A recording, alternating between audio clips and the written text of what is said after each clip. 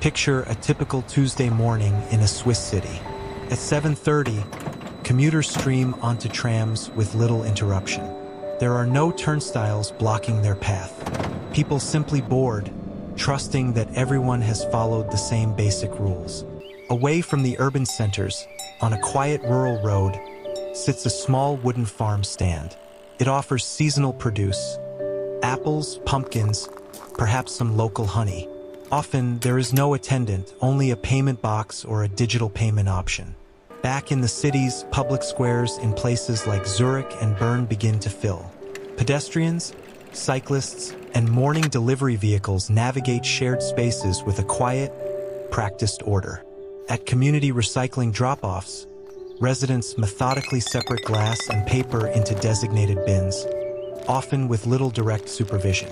Switzerland is famous for its mountains, its precision watches, and its financial institutions. But one of Switzerland's greatest strengths is much harder to see. It is almost invisible. Every day, millions of people depend on strangers to follow shared rules, keep their promises, and accept responsibilities that are not always directly enforced. So how did trust become such a fundamental part of Swiss life? To understand how this works, we have to look beyond political theory and return to everyday life. In Switzerland, trust is visible in countless ordinary routines. Consider the public transport network. The system spans trains, buses, trams, and boats, carrying millions of passengers daily. Yet, tickets are often checked through spot inspections rather than barriers at every entrance. The system combines enforcement with an expectation that passengers will pay before boarding. It operates on a balance of formal checks and informal compliance. This dynamic extends into the domestic sphere. In many Swiss apartment buildings, residents share a communal laundry room known as the Waschküche.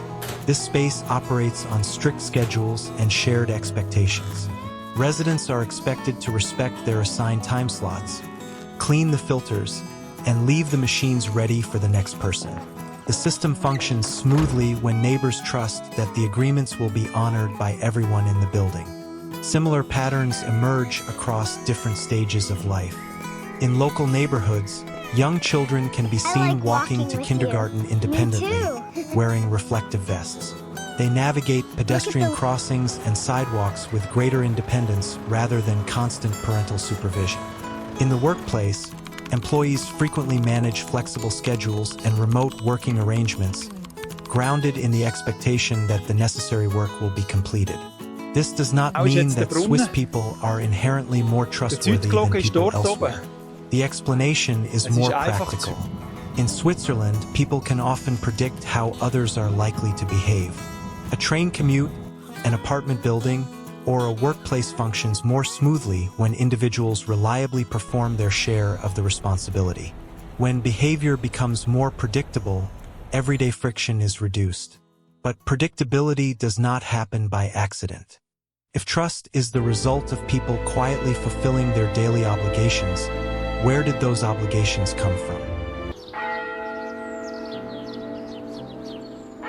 Swiss trust developed through several overlapping forces, for are especially important. The first lies in the geography and the historical reliance on local communities. In difficult alpine environments, cooperation was often essential. Communities shared responsibility for pastures, water supplies, mountain paths, and protection from natural hazards. Managing these common resources required repeated cooperation between neighbors, helping establish traditions of local responsibility. It was a practical arrangement. Survival and prosperity depended on the ability to work together effectively. The second force is the structure of the state itself. Switzerland is highly decentralized. Authority is distributed between the Confederation, 26 cantons, and local communes, with many political and financial decisions made relatively close to the communities they affect. When local councils manage local budgets, schools, and infrastructure, the distance between the governed and the governing is reduced. This proximity helps maintain accountability and familiarizes citizens with the administrative process. third is the system of direct democracy. Swiss citizens do not simply elect representatives. They vote on specific issues at the federal, cantonal, and communal levels multiple times a year. Voters receive detailed booklets in the mail outlining the arguments for and against proposed laws. Participation can strengthen a sense that citizens share responsibility for the rules under which they live. Finally, there is the role of institutions. Switzerland has also developed institutions widely associated with stability, administrative continuity, and comparatively low levels of corruption. Public services, vocational education, and infrastructure can reinforce trust when they perform reliably over time. The dual-track apprenticeship system, for example, integrates young people into the workforce early, connecting vocational education directly with working life. It is important to view these forces clearly. Trust did not emerge because everyone agreed. Swiss society contains political, regional, linguistic, and social disagreements like any other. Instead, trust has been supported by institutions that allow disagreement to coexist with continued cooperation.